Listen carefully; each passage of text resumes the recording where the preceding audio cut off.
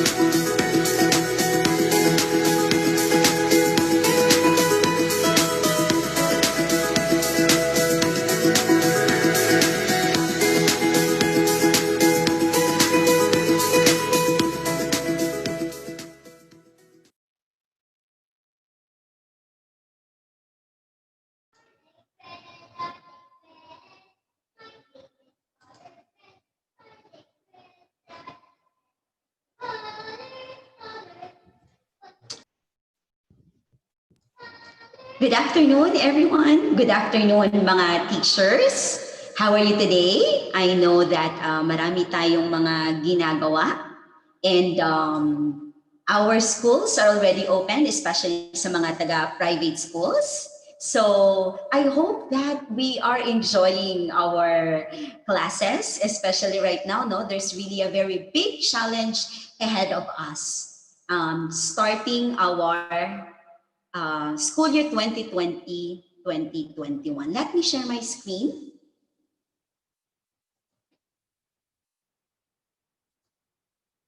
Okay, so this afternoon, we are going to relearn again and walk through again with some practices that we've been doing as teachers. And my task this afternoon is to walk you through and of course, learn something also from you. I'm looking into our discussions and the different comments that you have right now on YouTube here in Davao. So yeah, good afternoon to everyone. Good afternoon, good afternoon. So our topic this afternoon is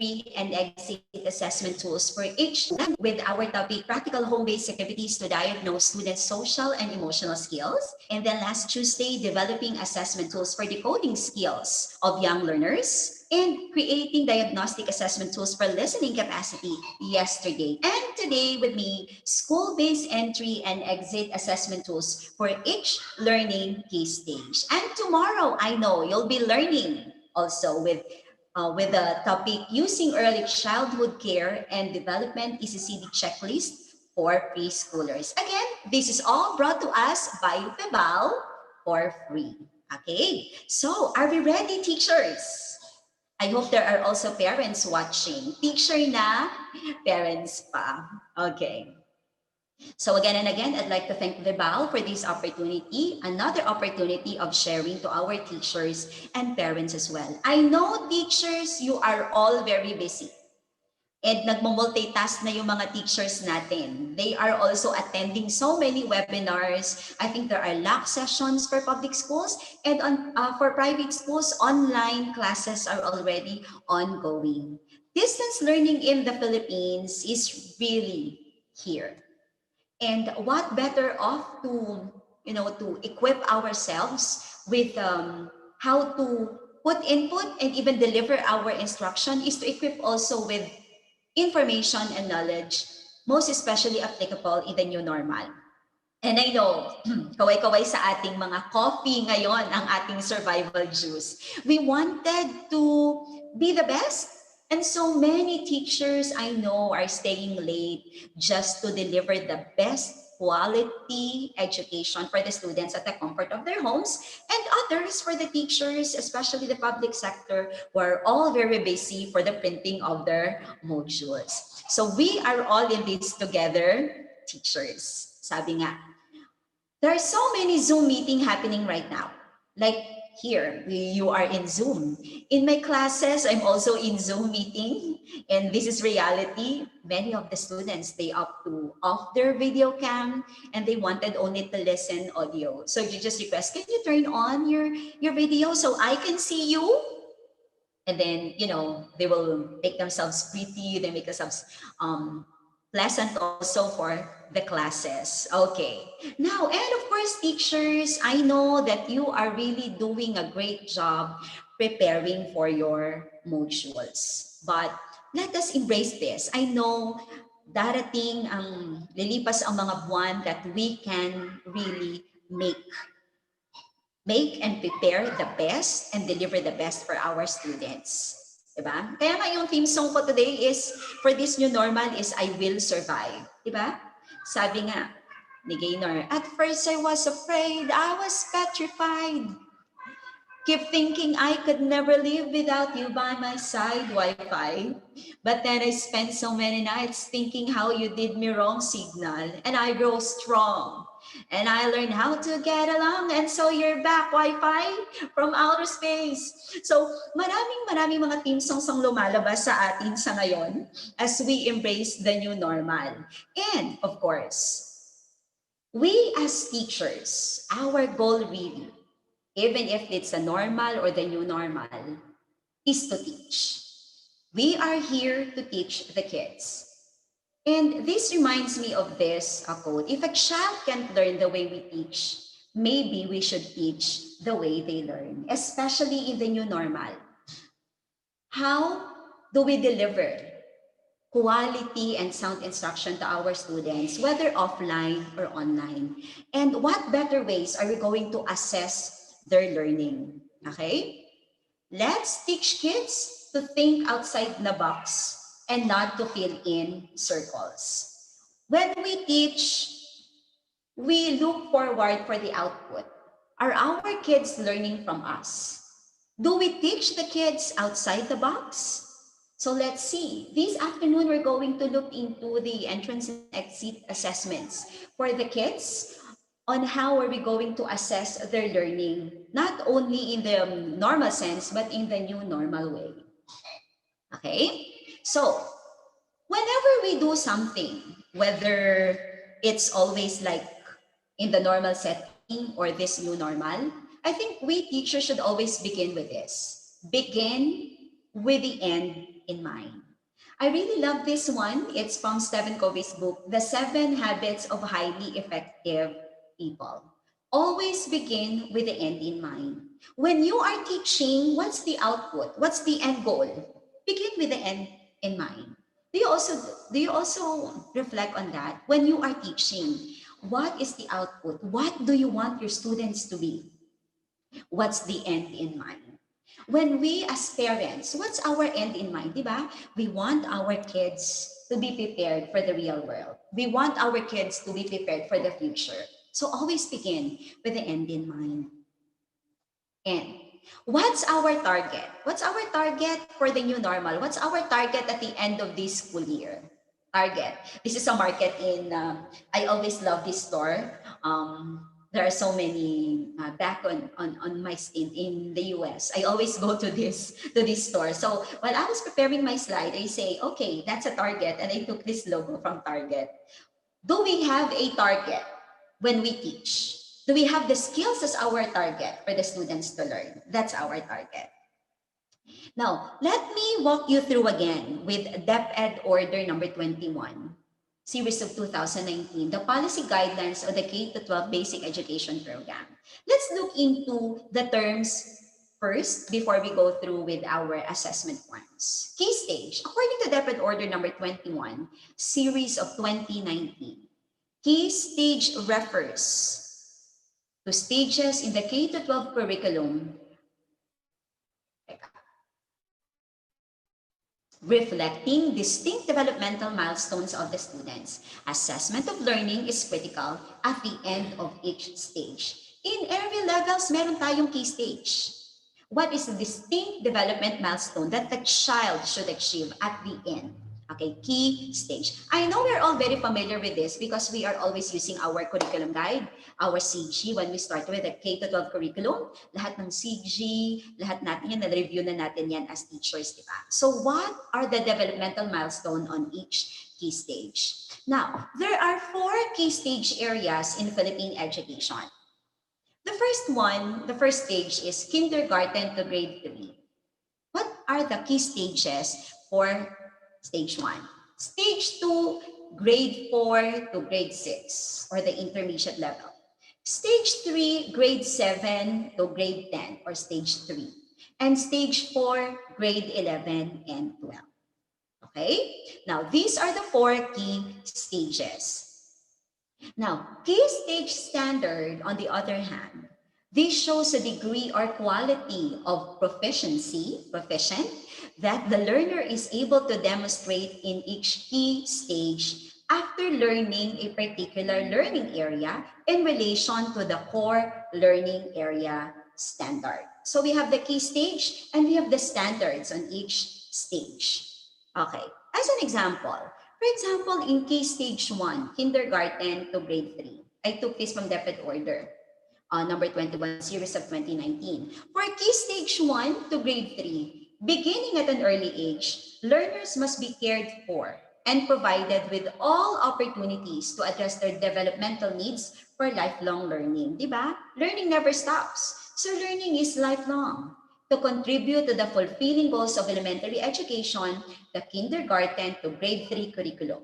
So our stage here, to provide learners with opportunities to engage in meaningful and culture-based learning experiences, and provide learners access to carefully selected and developmentally appropriate learning materials and resources. So that's why when you start with key stage 1 for kindergarten, it's always about concept, sense of self, and community. It's always about me and my community.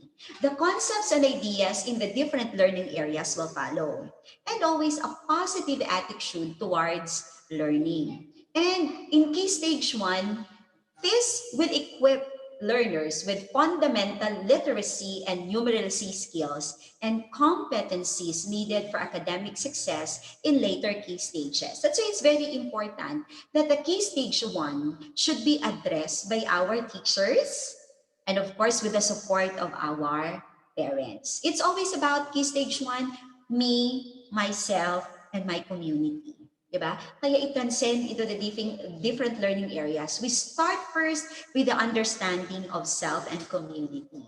And that reminds me of the lesson, especially for Araling Panlipunan sa kindergarten, di ba? Ang pagpapakilala sa aking sarili. Because our ultimate goal is to introduce the sense of self and community for stage 1. I know our teachers here, especially primary teachers, I know that you are all very familiar with learning about self and community. Now, for the kindergarten curriculum, the following domains are very important in stage 1. To develop holistically, number 1, is our social-emotional development of the kids. Values development, physical, health, and motor development, aesthetic and creative development, mathematics, understanding of the physical and natural environment, language, literacy, and communication. These are the following domains that the kindergarten curriculum should address. Kaya nga meron tayong ECCD. I know tomorrow you will have a very productive discussion about ECCD. But for key stage number 1, these are the domains that we are addressing. Okay.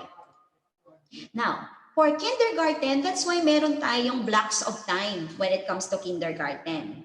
In the regular setting, in the regular classroom, wala pang COVID, we have the arrival time for the kids, diba? You have meeting time, and then you have work period, meeting time too, and the blocks of time divided into different activities. That's why in preschool, it's highly recommended that kids should be working with activities. And kids supposedly should not sit the whole time pag kindergarten because they need to explore.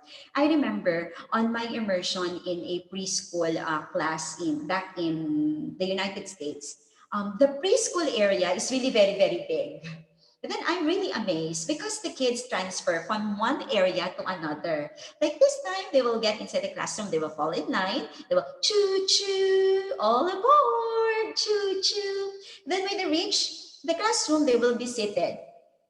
Then they will sit down and the teacher will, what's in the name? And then later, the teacher is already introducing the lesson without the kids knowing that it's math or it's English or it's science. Diba? Kindergarten should be a lively discussion and kids should be going. Diba? Not seated all the time because we need to develop the physical, the fine motor skills, and the other skills that the kids should know, especially with interacting. But with the new normal, things are already changing. Assessment will also change the way we do things, especially with kindergarten. I have a pre-kinder, and I can see the effort really of our teachers doing their best to deliver and assess students, even if it's like this, the online thing. Okay? Sige. Now, key stage grade 1 to 3. Kindergarten, then we move to grade 1 to 3, but we're still on key stage 1. The program serves as our springboard for formal schooling. This is where learners are initially exposed to learning and taught in separate blocks of time. For 6 years old, so we have grade 1. For 7 years old, we have for grade 2. And for 8 years old, grade 3. Medyo bata ang mga entry points natin ngayon sa ating K-12 curriculum. I remember I entered grade 1 at the age of 7, di ba? Tayo mga teachers, we entered grade 1 at the age of 7. So things are really very different right now. But K-stage 1 is our springboard talaga for formal schooling. Kaya nga, we have limited time dapat na ginagawa o ginagamit ng mga bata to enjoy school, especially kindergarten. It's really very the foundation of everything. Kids should be in an environment where they love to go to school. That's why preschool teachers are really the most lovable teachers. Diba? Kaway-kaway sa ating mga preschool teachers dyan. And the primary means of assessing kindergarten learners, I took it from DepEd order again, is through observation throughout the different blocks of time. Diba tayo sa kindergarten, we have the ECCD checklist and observation checklist to see the development of the kids from day 1 for every month or every quarter and at the end of the year. Assessment in kindergarten is designed to help teachers understand the strength and weaknesses of the students. And usually sa kindergarten, dapat qualitative, non-numerical recording and grading system. Di ba? Dapat sa preschool walang nakikitang numbers dyan eh. Dapat qualitative lahat. When you assess students to the ECCD, it's always like check, check, check, check. Di ba? And it's always dapat yung nagkakandak ng ECCD is also trained on how to evaluate the kids, especially the performance of the child. Okay? Now, that's the assessment for kindergarten. Now, for grades 1, 2, and 3, we use formative assessment and we do also summative assessment. Now, for formative assessment, we provide learners with immediate feedback and on how well they are learning. Formative, you use feedback and it could happen any time of the lesson. Even if you ask question and there's answer, then it's formative assessment.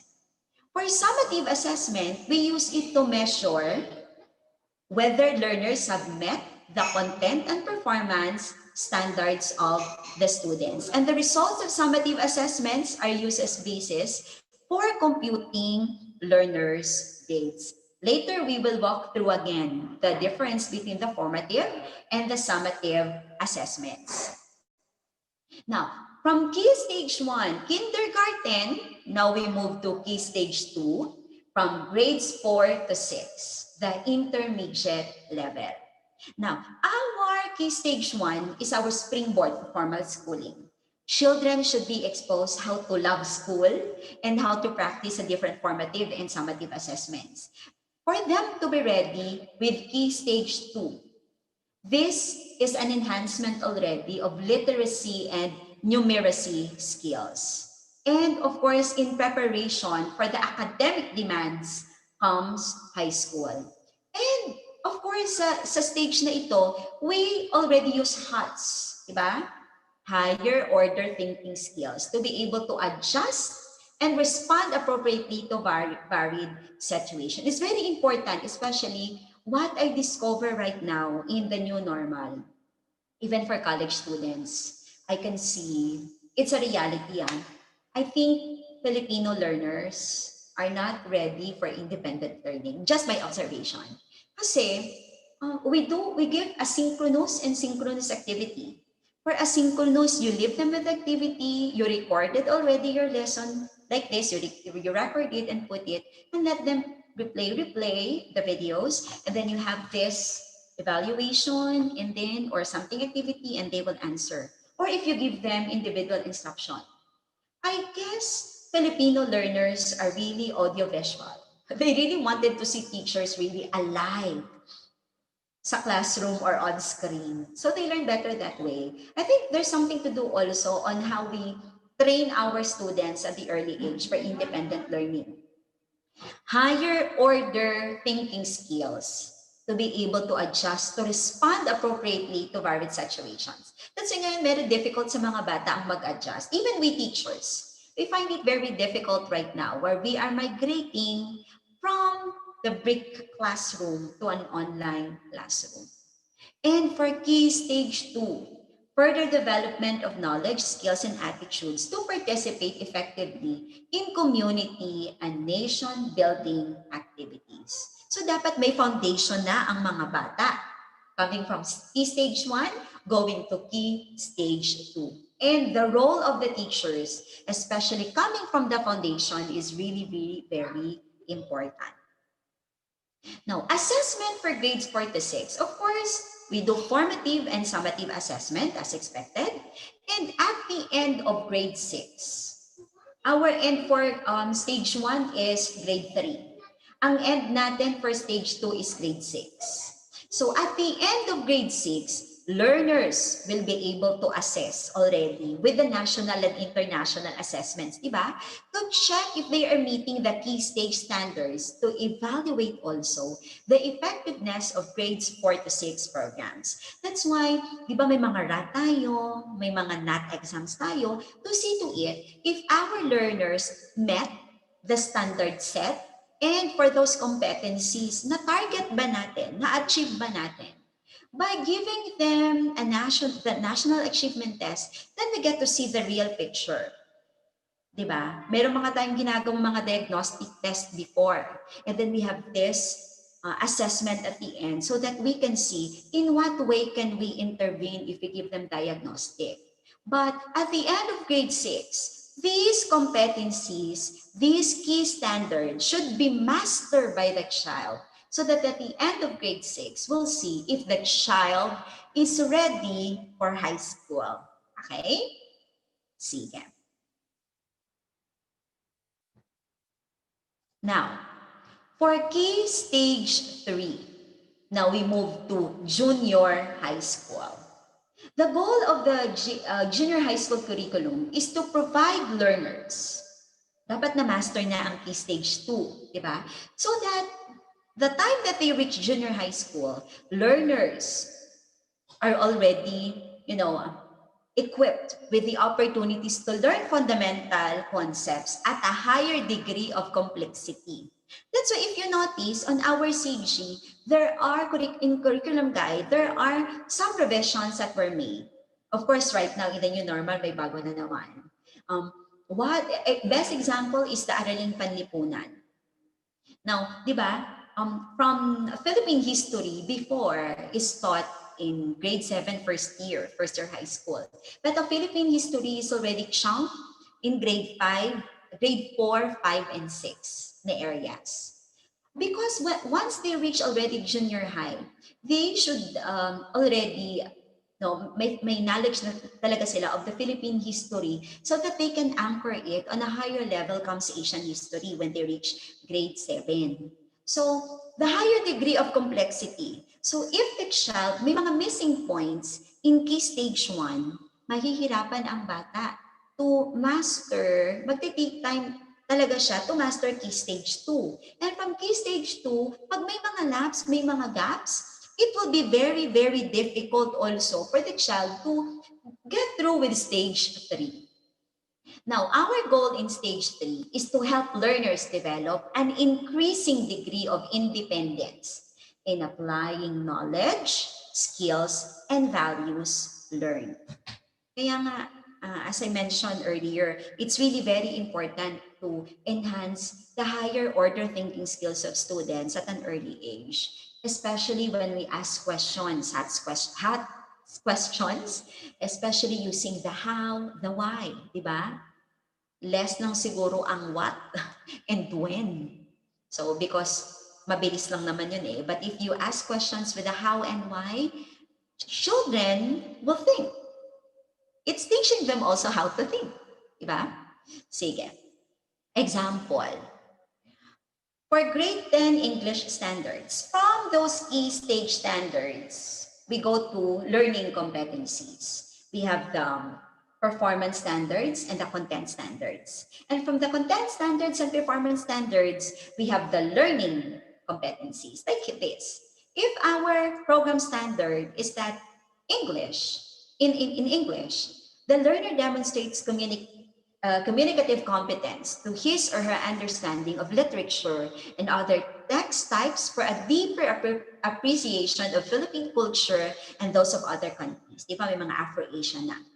Grade level standard for grade 10, demonstrate pa rin understanding of literature and other text types for deeper appreciation of world literature, including Philippine literature. And then we go to content standard. The learner demonstrates an understanding of how world literature and other text types serves as ways of expressing and resolving personal conflicts, and so on and so forth. And then the performance standard. And then from the content standard, performance standard, we have the learning competencies. Those learning competencies are all under the same target, the bigger picture, which is our key stage standard. As teachers, I know that we are all very familiar, but if not, maybe this one could be our refresher course.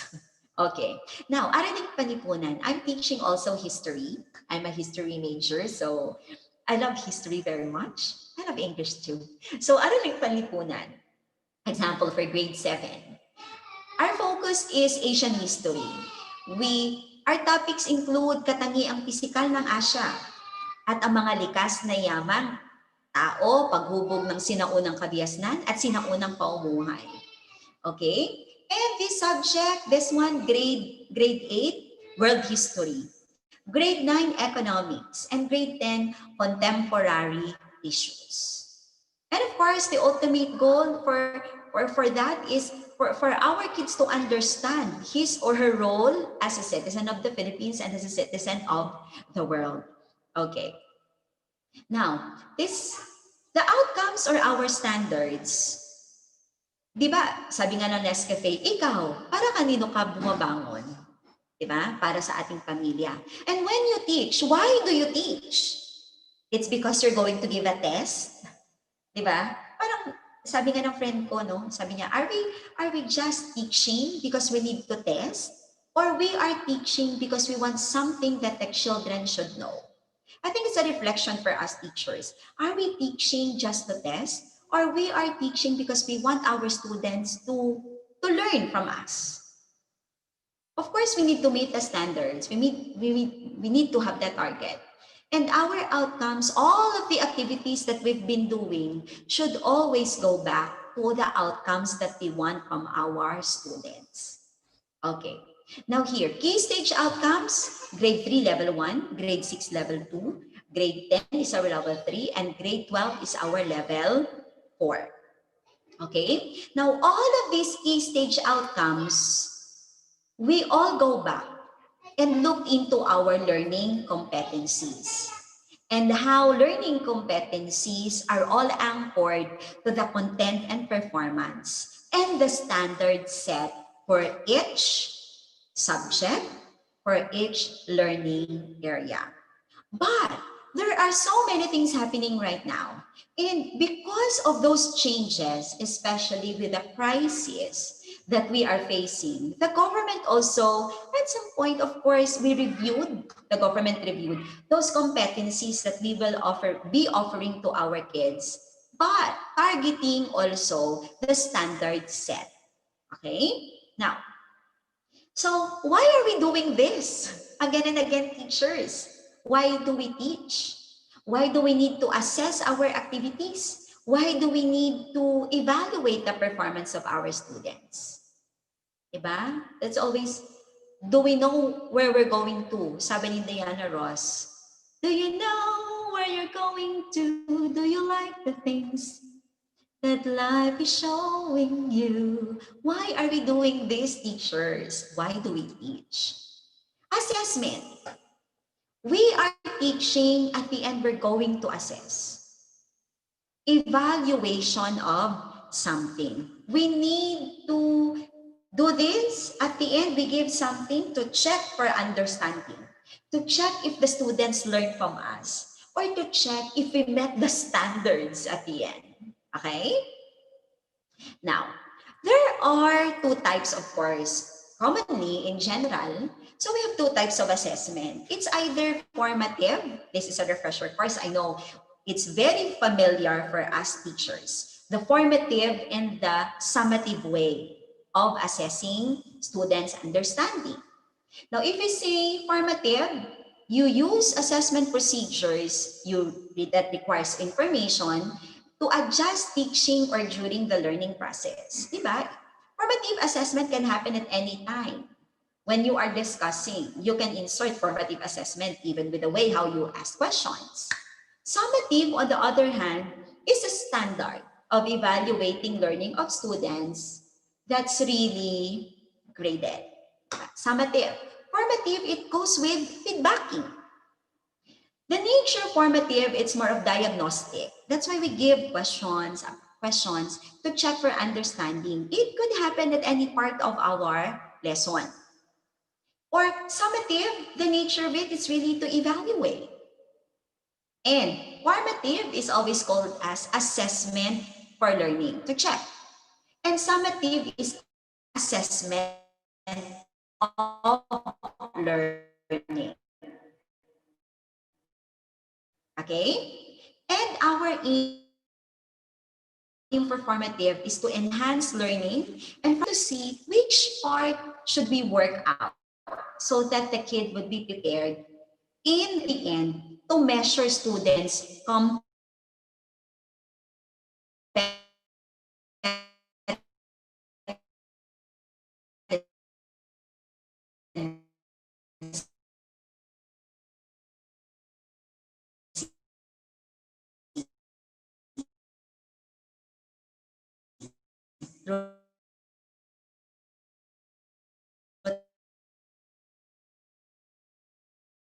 tests, quizzes, and etc.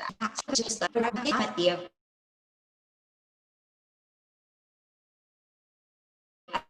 assessment. Get the child to be ready before we go with the online thing. Before we formally take that final test of conducting our online classes, we do a lot of formative tests by conducting trials. Meron tayong mga simulation to check if we're really ready to be on this new sense of normal online teaching. And of course, formative is instructional process. It's instructional. But summative is more on a grading process. We grade. It's really very, it takes really an effort of the teacher to be creative, especially right now, the challenge really of doing remote learning, distance learning, online teaching, it's really very challenging. But I hope at the end, it will be rewarding. Okay. Now, we are looking into the different kind of assessments that we will be doing, school-based assessments. But as we embrace the new normal, I'd like to share to you some tips on which we can make our learning fun, assessment fun, even at the comforts of our homes, and of course, targeting our standards. Assessments in distance learning, how do we do it right now? Let's decide, however, we need to make strategic decisions to put what is need to know, and what is nice to know. What are those lessons that we really need to know? And there are some lessons that it's just nice to know. That's why we right now, Department of Education came up with this. Which standards are our priorities? Which competencies are our priorities? Yeah, when I'm looking into the MELCs way back when it was released June, July, and looking into the different learning areas, the MELCs, many topics, competencies were taken. But I think in math, marami pa rin yung math. So I think parang as is yung math. But other learning areas, medyo lumiit na, nag-chunk na siya. Pwede pala to make things easier for our kids learning from home. And with our experience in the new normal, we started our online class last August 24. And I think it's really very different. And our mindset for our brick classroom is not really the same with the online thing. I think yung mindset natin, ibahin natin. Because things right now, especially students right now, have really a difficult time doing things on their own because it's new to them. So the most essential learning competencies, the MELCs, given to us, should also be taken if it's really real, especially its readiness. Is it enduring? Its endurance? It's can we assess it? And even our leverage or our advantage on that. Which standards are our priorities in the new normal? Which activities should we push through as we conduct this, as we make the most of our time in our learning at home, or even modules that we are using? I know there are the modules are coming from the central and then it cascades to the local units, especially for our teachers. But I think we should, as teachers, we should also look into the kind of assessment that we are using. For private schools, I think we have our way of doing things, especially when we are using LMS or our way of assessing as long as it is within the most essential learning competencies and of course targeting the standards. Okay. Now, the learning competencies, the last na pinalabas sa MELCS, it is aligned with national or local standards. Scientifically literate Filipinos now. It connects with the content to higher concepts across content areas. And of course, the most important, learning should be applicable to real life situation. So if students leave school, it would still be important for them to have this competency above many others and would not be expected for most students to learn this in settings other than the formal education. But I think this marks is only applicable on this crisis that we are facing. But hopefully we can go back to normal. Now, assessments. For example, in preschool, in a regular basis, diba, when we admit students, especially for preschool, we give them readiness assessment, diagnostics, to check for prior knowledge of the kids. So they're taking tests. It's private schools, we have our own tools, and of course, public schools may tools then, to check for the understanding of the children. So that's why readiness assessment is very important as our background kung saan papasok si teacher for intervention along the way. And of course, we are using ECCD for our preschool to check on the different areas. And I really like the early childhood developmental checklist because there's parents' participation. And it's attacking not by numerical, but it's on the holistic formation of the child, which is really, really very important. I really admire preschool teachers because their task is really so big of making things, especially learning, enjoyable for the kids. I think if you have a very beautiful background, if you have a very beautiful experience for your preschool, you will start to love also the other grade levels, di ba? Magiging mas masaya ang learning ng bata. So in the ECCD checklist, you have to check the socio-emotional development. Even for the height of the kids when they enter school, ano yung height ng bata. So you get to see, you get to assess. The values development, yung physical nila, especially yung development na nangyayari sa bata when they started school August and by the end of August. What are those changes that happen to the child? Ang motor development ng mga bata, the aesthetic and creative development, kaya na bang mag-grip ng bata, kaya na bang mag-drawing ng bata, diba? Mathematical skills, numerical skills ng mga bata, it's also very important for preschool. That's why when they conduct lessons, they sing numbers, diba? 1, 2, 3, 4, 5, 6, 7. It's all, everything is introduced through poems, through songs for students to get, diba, the skills needed. Pakanta-kanta. But actually, at the end, when you let them sing, you are already assessing the child learned already because he was able to sing the same song and then yung tama yung pagkakasunod-sunod. And of course, understanding the physical and natural environment, language, literacy, and communication skills of the child. Okay. Now, when you are doing, di ba, in different schools, this is our admission test, especially for private school, we give SRT, we give OTs, Lennon, School Ability, or the OLSAT for grade school. We have tests for high school entrance and secondary school admissions test. This is very, very popular to check the level of understanding, the IQ level at some point of our students, and for us to intervene if there's a need for us to intervene, looking into the result of the test. Okay? Now, tests are very important, especially diagnostic tests, for us to attack which tools, which activities are we using for our kids. But in the new normal, it's really advised to take bite-sized activities for the children. Bite-sized teaching. Less is more daw. In the new normal, kids and even teachers are adjusting. Why don't we give bite-sized activities? Simple. Pero natatarget natin ang competency at the end. Now, when you are conducting online classes, you can really make use of this, use of science. I can see this in the preschool class of my kid, the yes or no cards. Merong banner si teacher. It's a yes or a no. It's checking for understanding. It's diagnostic. Thumbs up, thumbs down.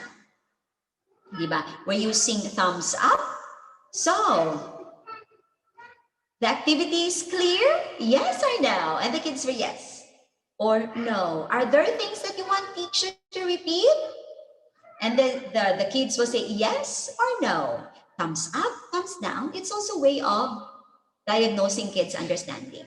Or you can use the different color cards. Red, I'm completely lost, teacher. Yellow, slow down, I'm struggling a bit. Or green, I've got it, it's all good. So I think sa online teaching, may immediate feedback ka pag synchronous class because you can just do this and the children will reply to you synchronously. Although there are challenges along the way, but you can use this as a checking for understanding. You can use this formative assessment in any part of the lesson. Diba? Is it a yes, yes, yes? If this is a live session, I always ask my audience, it's Crystal? And my audience will say, clear. Diba? That's also my way of checking if it's really clear to them so I can move on. But I cannot see your responses. I can only see your responses here, good afternoon, and learn as one. Okay, sige. Use of signs. And siguro for high school, senior high school, we can use entry and exit slips already. Diba? This is on Twitter of Udotopia. Udotopia is a very good website for us teachers. It's a simple way for teachers to gauge where their students are through tweets. Circle the emoji that best represents how you feel after today's lesson. Well, I know and I understand not all students have Twitter accounts. Wala din akong Twitter. I only have Facebook. I don't have Instagram or even Twitter. But I think I'm trying to love Twitter also. Twitter is also engaging, di ba? Because the text and the words that you use, talagang you need to think the right words so that kasya siya sa 140 words na. Okay. You can use entry and exit slips, especially when you are conducting online classes. You can tweet. Okay. You can use low stakes quizzes and polls, especially for grade school. We're trying some and kids are really enjoying sa online. I know some module mag-iiba because they need to answer on a different way. Low stakes quizzes and polls. So you can use Socrative, Quizlet, Kahoot, FlipQuiz, Input, and Clickers. The example of this. So here is an example of Socrates. It's a classroom app. It's a classroom app for Socrates. I think you can sign up for free. I tried it. You can start a quiz and it's really interactive for students. You can have multiple choice, true or false, or short answer. Right. For example, para formative lang, it's one way of checking if they learn before you go through with the final or the summative assessment. You can download this on your phone. You can download this on your laptop for the Socrative app. Okay. So I'm using Microsoft PowerPoint. That's why it's really also very beautiful. When you use your PowerPoint, you have ready designs already. Okay. So you can use Socrative as a way of checking for formative assessments or maybe summative assessments. Pwede rin. Okay. You can also use this one. It's Quizlet. So there's an option. There are free versions for you to use. Quizlet. We've been using it for high school and the kids are really very, they like it because it's interactive. So let's try using Quizlet also, especially if you're doing online. And there's another one, it's Quizalize. Our teachers are using this also. Kasi if you just put there the different competencies and your test, and then if they answer it, and you target. Kahoot! Are you all familiar with Kahoot? I think this one is the most interactive so far, especially for grade school. So they like Kahoot. And what I like about Kahoot is that you can do collaborative activity with the kids. You can team them up and they can answer all together. So probably to encourage students also to answer, you can put scores on it, not really big scores, for them to be encouraged to participate. Okay? You can have, but in the new normal, yung mga quizzes dapat and summative assessment should not be more eh.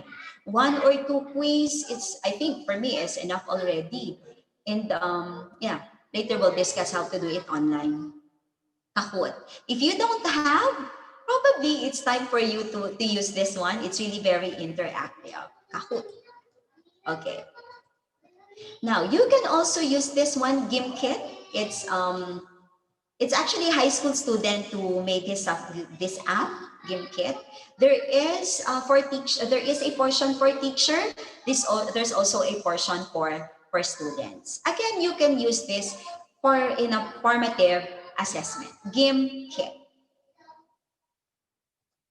And of course, for us teachers, I think may na-observe ako, for some students, they are very, very shy when it comes to classroom setting. But right now, when you give them assignments, they can answer. Ay, very good pala yung batang itong mag-answer like sa essay. They get to express their ideas that way than interacting na talagang nagsasalita o oral talaga yung kanyang pag-answer. But when you give them opportunities to write it, then they are more creative and they give their ideas on a different way naman. Okay, dipsticks meaning mas mabilis, dipsticks. Your checking of the understanding of the students is very fast because you can just use question and answer. You can use exit notes. Like in my class, I use exit notes. For example, meron kaming parang journal online that after synchronous class, what's your takeaway? I'll be giving you 1 minute to answer on our chat box on Zoom. What's your takeaway? Or they put it on our LMS. What is your takeaway for today? Exit notes. Siguro in the regular class, I used to have a small notebook for the kids, and then I put it at the end of the class. I give them 5 minutes to answer their exit notes. And also the 60 seconds paper. I give them piece of paper. I'll give you 1 minute. What's your question? Or what are your takeaways? One piece of paper, then I gather it. The 60 seconds paper. You can also use the Padlet. This one is Padlet. The use of virtual corkboard online. So it's just like blogging. What are your takeaways? And other students get to interact also with the evaluation or with the process or with the realization of the students through Padlet. I think maraming free version online. I think ang pinaka-skill na discover ko is a skill on figuring out apps with the new normal. You can use Twitter, just I mentioned, the minute paper, or you can do online collage making. There are so many available material online. And use of portfolios. This is especially true for grade school. When you assess activity, hindi lamang yung tipo na paper and pencil. Diba? You can use growth portfolios, especially for preschool, na meron silang activity nung nursery, meron silang parang folder, and then, pag dating nila ng pre-kinder, the teacher will transfer the same folder sa next teacher to check, ito yung mga nangyari sa kanya, yung mga output niya ng nursery. Pag kinder, pre-kinder, nilalagyan uli ni teacher. And at the end of the school year, ita-transfer uli ni teacher sa kindergarten. And then yung kindergarten teacher at the end of the school year, ibibigay sa parent. So the parent will see, ito yung developmental milestone ng anak ko since he or she started going to school. Growth portfolios. We can also use showcase portfolios, especially the products of their learning. Okay? Yung mga activity output nila, artwork nila, yung mga best output ng mga bata, we can put it to showcase. to showcase sa learning ng mga bata. We can have showcase portfolios. Let the kids put on a folder the things na output nila on different subject areas or on our subject. They can do it digital right now, di ba? They can take a picture and then post it on the folder and then to track it. So far pala, ito yung learning na nangyari. Or you can use evaluation portfolios to document progress towards a certain standard. Like all of the tests that you're taking, you document it, and at the end, when you took the exams, what are those things that are missing? What are those things pala that needed intervention? Evaluation portfolios. You can use that even for offline. Ano yung mga result ng kanilang mga activity on the different modules that they are using. And of course, that's my daughter Nina. She's holding Vival book, Across Borders in English. The use of pictures and videos. Right now, kids can send videos output of their activity, diba? And then they just send it through Messenger or you're through the LMS. You can record your activities, those activities that the teachers designed for the kids to use, and then you can send still pictures or videos. Like the other time, I checked on the output of the kids in PSP and how to show your love and care to your parents. So the kids, they recorded a video showing how they show their love and affection to their parents. And for some, how do you care for your neighbors? Example lang, meron silang kapitbahay, they give food. So we can make use of this, but of course, always go back. Ano ba ang tina-target mo with those activities? Go back to the learning competencies. Go back to the bigger picture. What's the standard that you are after? Or, ang pinakamaganda is the use of PBL, project-based learning, project-based. So probably in this new normal, we can gather or we can integrate one subject to another. And then from that subject, we can integrate our competencies. We talk about it and we come up with a project-based learning or output. For the kids naman, not to be burdened with so many PEs. New normal na nga, ang dami pa nating PEs. So maybe teachers can group together, like ang output ng Araling Panipunan, baka pwedeng ma-apply sa MAPE or pwede rin ma-apply natin sa TLE. Diba? Or probably sa mathematics, for example. We use project-based learning. I think this is more authentic pag project-based. Kasi children get in touch talaga. And children get to explore with an output to be presented at the end. PBL, project-based learning. And let us leverage the use of technology.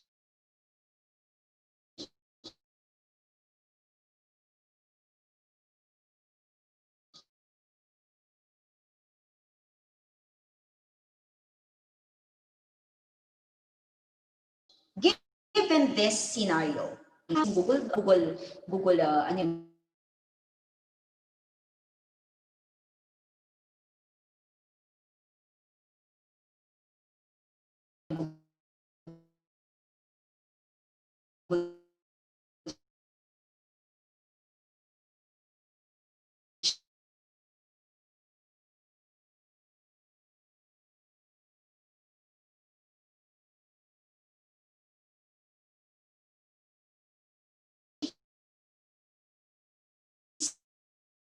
of technology right now.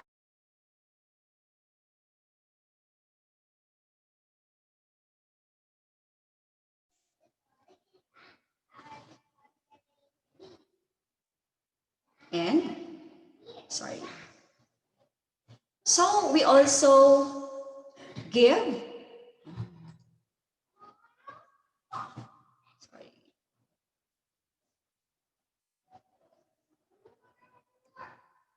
Get a brown out.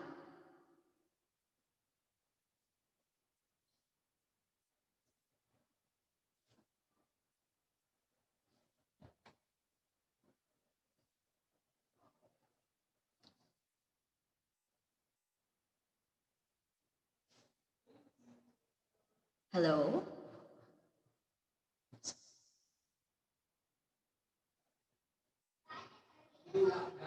Gani.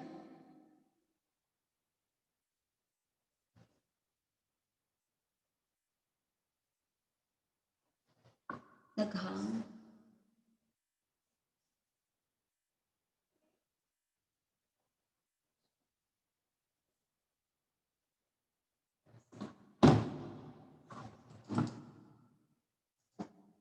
Oo, nag-lag. I don't know. Nag-lag.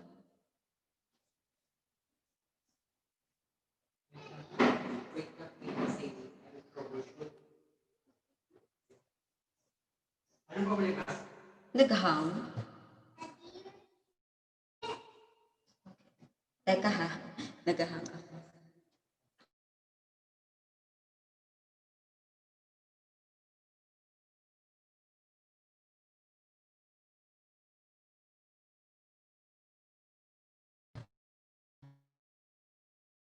It's okay, it's okay.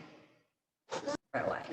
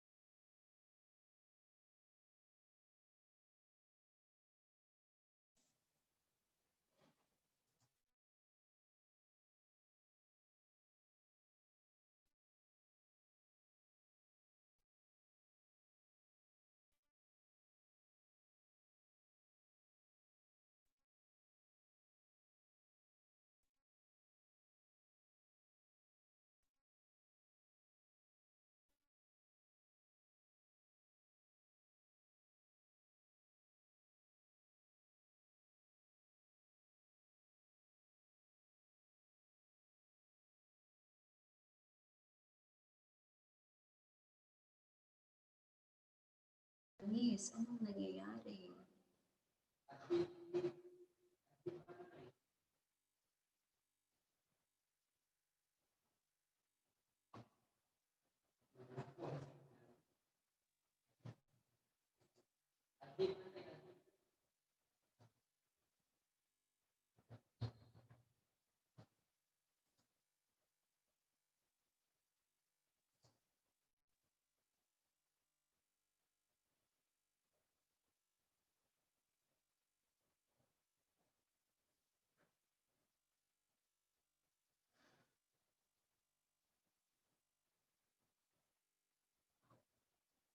Sandali po kasi yung aking PowerPoint, naghang po yung aking, siguro with, actually it's raining, so medyo na ano yung internet ko. Okay, but anyways, the show must go on. So we use technology for the way we do things before will not be the same in reality. So when we do, we can turn on our camera and then let our students answer. It could be in Google Sheets, in Google's use of Google Sheets of our LMS, and then probably we could time like draft back in Google. We can use that, and we can actually monitor or time test our lessons and our quizzes. So, but the bottom line of all these things, dapat when we give tests to our students, when we give activity, always be with the thought that we are doing this, we are conducting assessment, we are evaluating because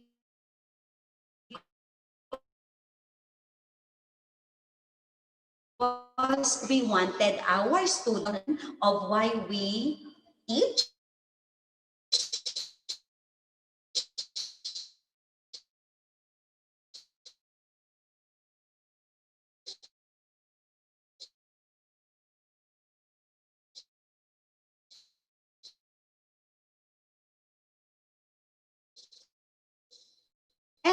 course, with the new normal, many adjustments will I am facing right now. So just go on, ika nga, and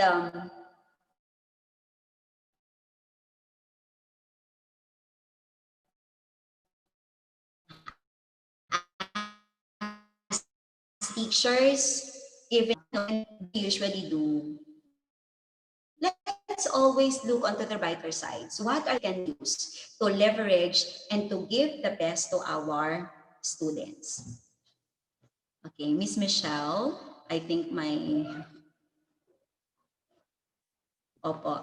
So, Yes. pasensya na po.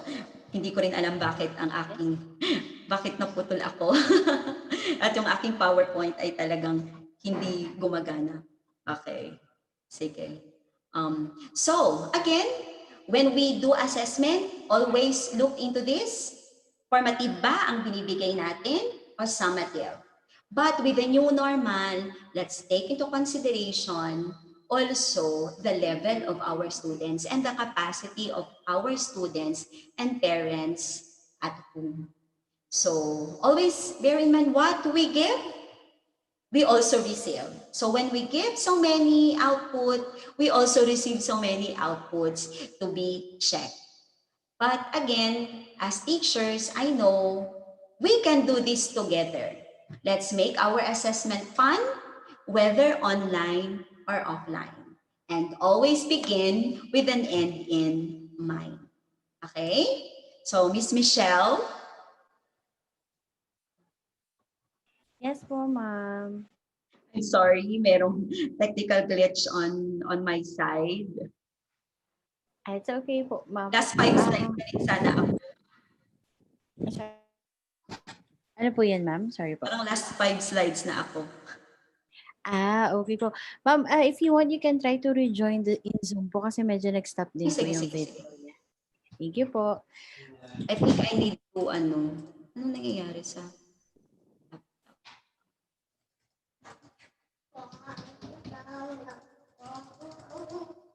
Teka, miss ah.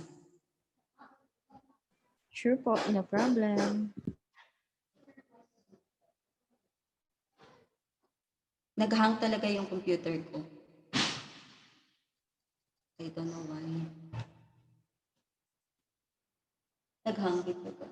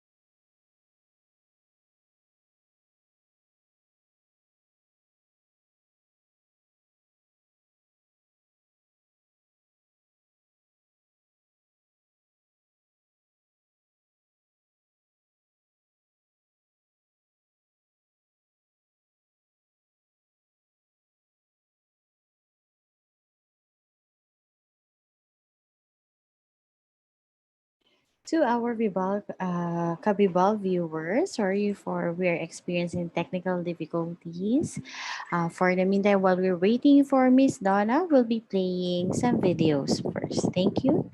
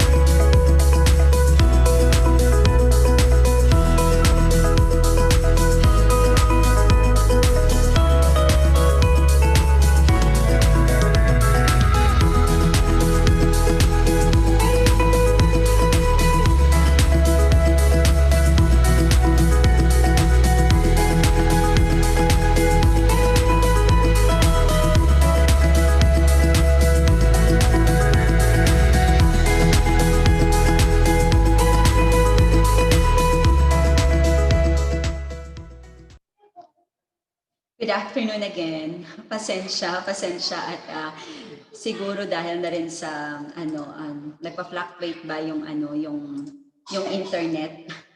So kahit na ilang Mbps pa yata ako, parang hindi rin. Okay, sige. Going back po. Sorry. Slide na ba ako?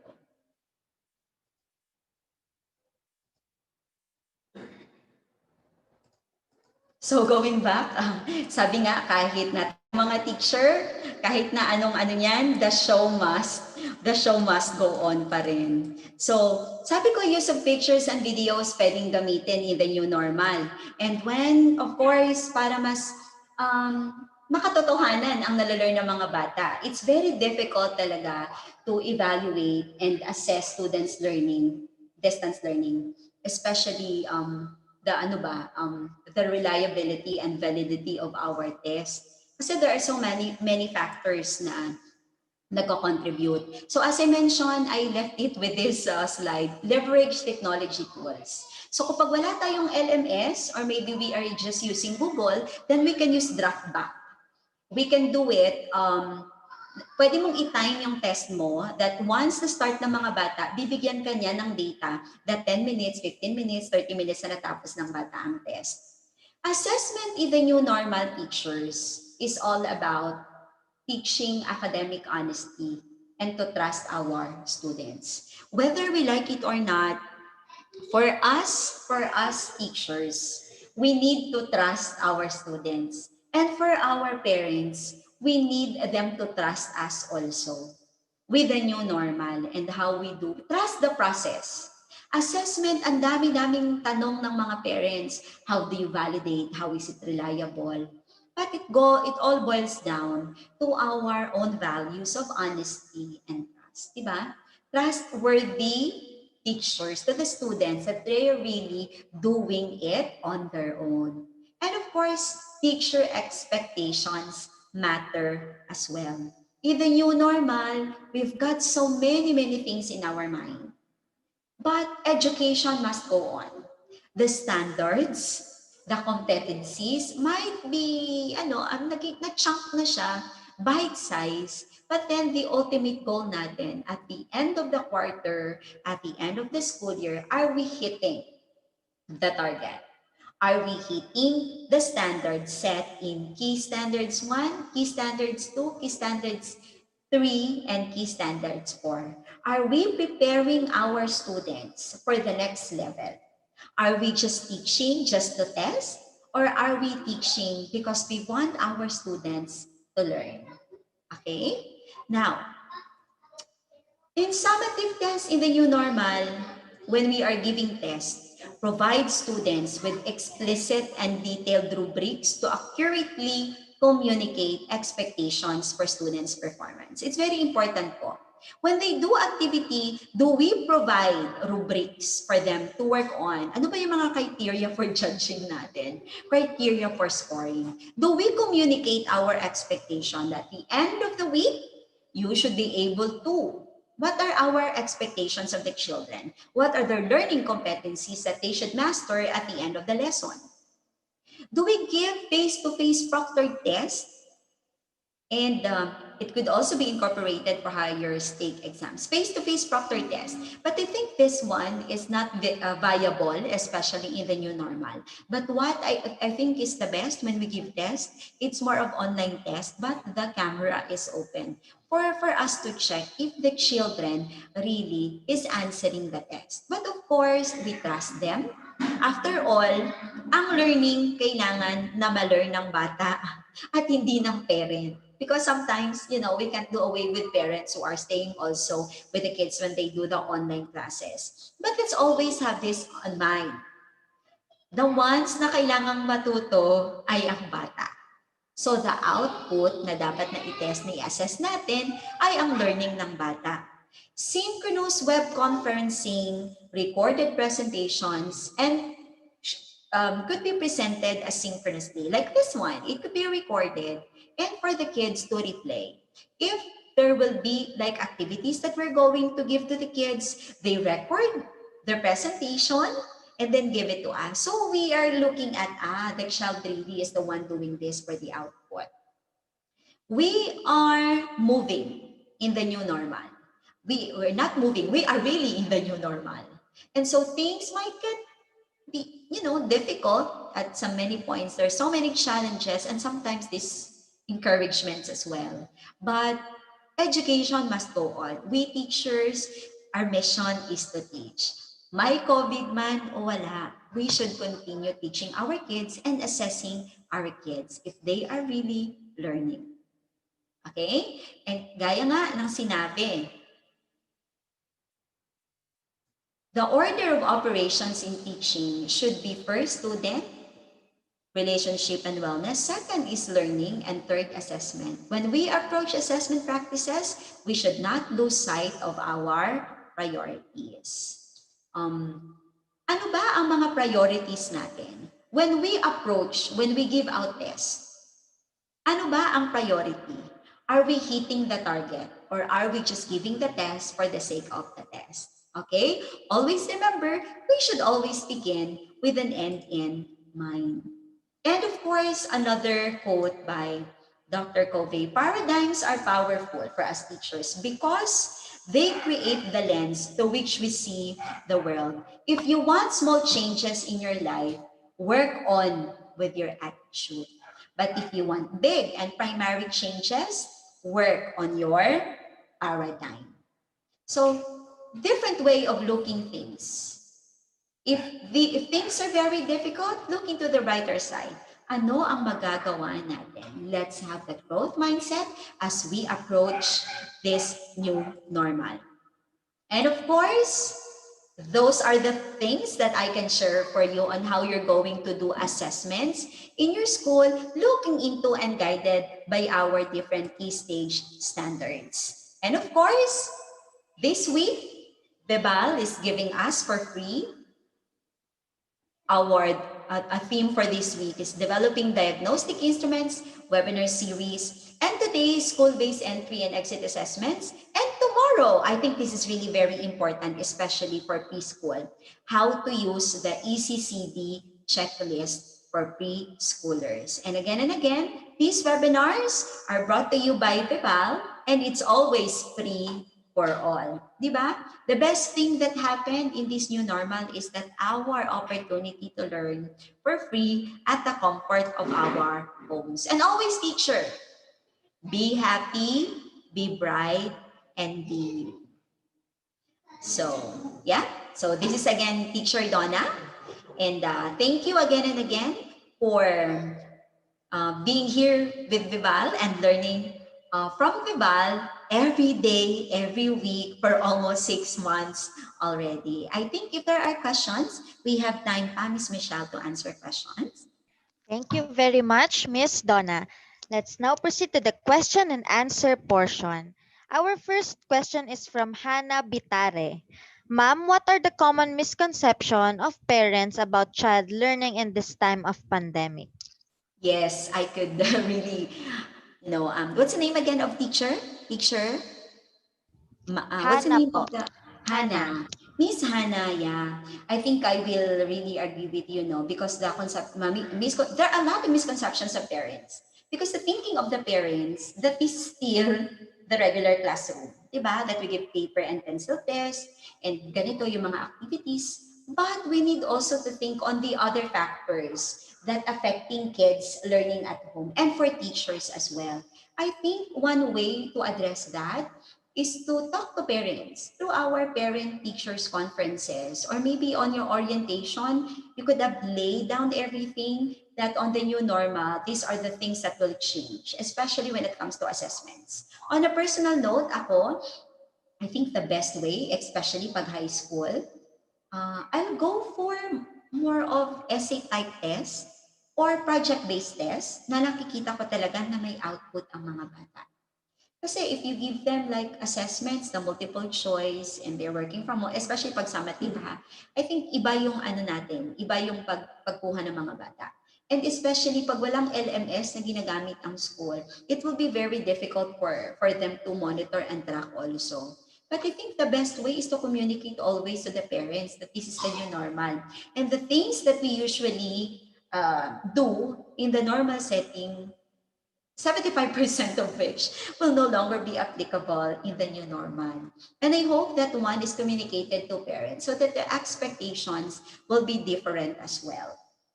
Okay? Kasi yung mindset natin, normal. We give the same amount of tests to the new normal that we have right now.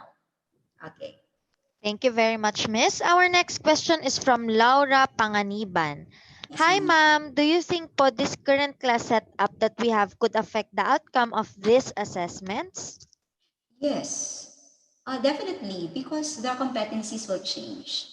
And I think the nature of those assessments that we are giving will also change. Like for example, sa grade school, talagang very big challenge for grade school teachers how to do assessment. And the type of test that we are also giving. Especially for grade school, we need the assistance of the parents to answer. And if it's module, we need the assistance of the teacher, of the parents as well. So I think big factor talaga on the part of the parents is to set students for independent learning, how to do things on their own, and assistance will come if hindi na talaga kaya ng bata to do it.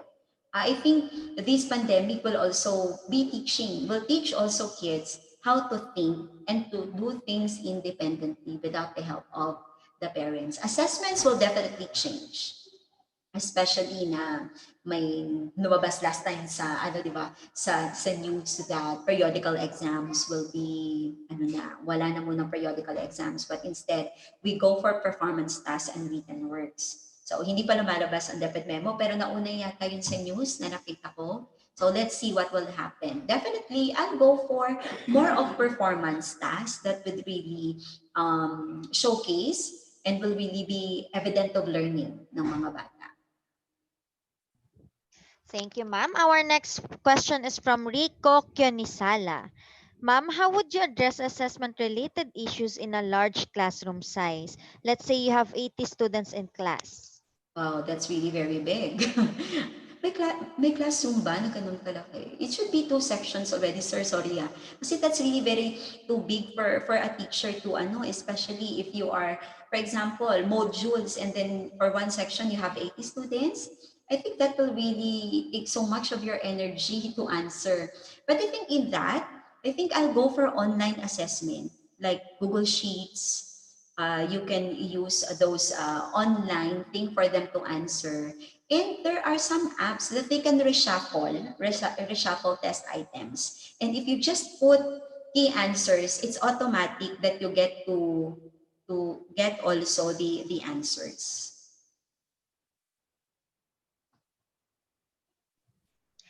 Thank you very much, ma'am. That's all the questions we have for now. Any last reminders to our viewers for today po? I think continue teachers to learn at home. And Vival gave us a lot of opportunities already to learn from home. For the past 6 months already, Vival is really true to its mission of giving, giving, information, giving knowledge to our teachers and our parents as well. So teachers, go on. Let's just embrace this new normal. I know we can do it with the help of each other. Let's strengthen ourselves, especially our health. And let's always remember to check on our own personal encounter with our creator as we ask for help, as we ask for strength. And I thank you again, Vibal, for this opportunity of sharing. Thank you, Miss Michelle. There we have it. In behalf of Vibal Group Incorporated, I would like to thank our speaker for today for this very eye-opening and insightful learning session. It is an honor to have you with us today, ma'am. And to all our Kavibal viewers, all thanks to you for your continuous patronage to our daily learning session. Don't forget to register to get your e-certificate of participation. We also encourage you to subscribe and watch on our official Vibal Facebook and YouTube channel. Muli, maraming salamat at magandang araw sa ating lahat. Thank you, Miss Jillian. Thank you, Miss Michelle. Thank you, Vibal. Good afternoon.